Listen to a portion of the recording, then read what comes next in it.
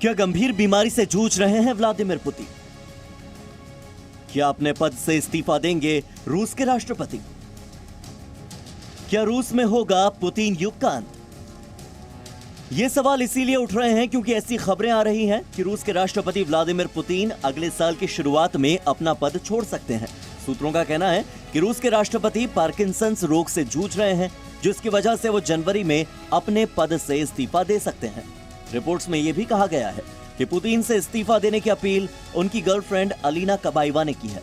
Britain के अखबार the सन के मुताबिक व्लादिमीर पुतिन जनवरी में किसी और को सत्ता सौंप सकते हैं। वो पार्किंसन से जूझ रहे हैं और हालिया तस्वीरों में उनकी इस बीमारी के लक्षण भी दिखाई दिए, जिसमें वो अपने पैर इधर से उधर करते देखे गए थे।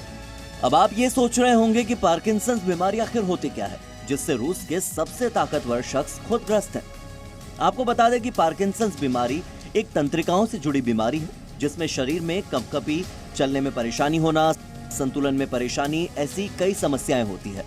व्लादिमीर पुतिन पिछले 20 सालों से रूस पर राज कर रहे हैं और अभी उनके इस्तीफे की खबर की पुष्टि नहीं हुई है।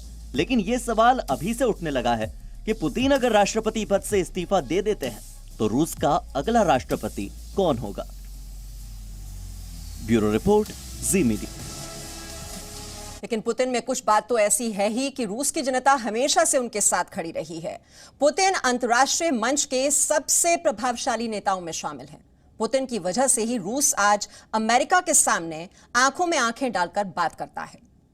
पुतिन के स्टाइल और उनकी पर्सनालिटी का भी जवाब नहीं है।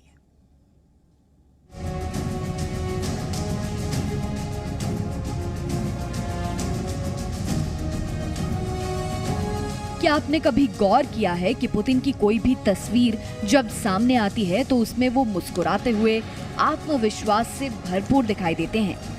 दरअसल पुतिन अपनी इमेज को लेकर बहुत सावधान रहते हैं। पानी में तैरने की तस्वीर हो या फिर घुड़सवारी करते हुए पुतिन हो या फिर जिम में पसीना बहाने का वीडियो, देखकर कोई नहीं कह सकता कि वो 67 साल के हैं। फौज और खुफिया एजेंसी की नौकरी पुतिन को हमेशा आकर्षित करती थी। पुतिन रूस की खुफिया एजेंसी केजीबी से जुड़े रहे और अच्छा काम करने वाले अफसरों में उनका नाम शुमार है। पुतिन जर्मनी में तैनात थे और जब जर्मनी के एकीकरण के बाद पुतिन की मॉस्को में वापसी हुई तब वो आर्मी में लेफ्टिनेंट कर्नल थे। 1991 में सोवियत संघ टूट गया। पुतिन ने इसी दौर में केजीबी छोड़ दी और ब्यूरोक्रेसी में आ गए। उस समय रूस के राष्ट्रपति थे बोरिस येल्त्सिन। बोरिस येल्त्सिन के समर्थन से ही 1999 में पुतिन रूस के प्रधानमंत्री बने और बाद में राष्ट्रपति भी। उनके राष्ट्रपति बनने के बाद रूस को विश्व समुदाय में खोई इज्जत वापस मिलने लगी। इसमें पुतिन का रोल अहम था। पुतिन करीब 20 सालों से सत्ता के शीर्ष पर कायम है।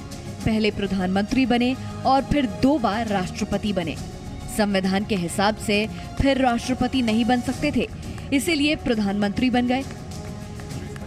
पुतिन ने अपनी डिप्टी को राष्ट्रपति बनाया, फिर राष्ट्रपति बने और सबसे पहले रूस के राष्ट्रपति का कार्यकाल 4 से बढ़ाकर 6 साल करवा दिया।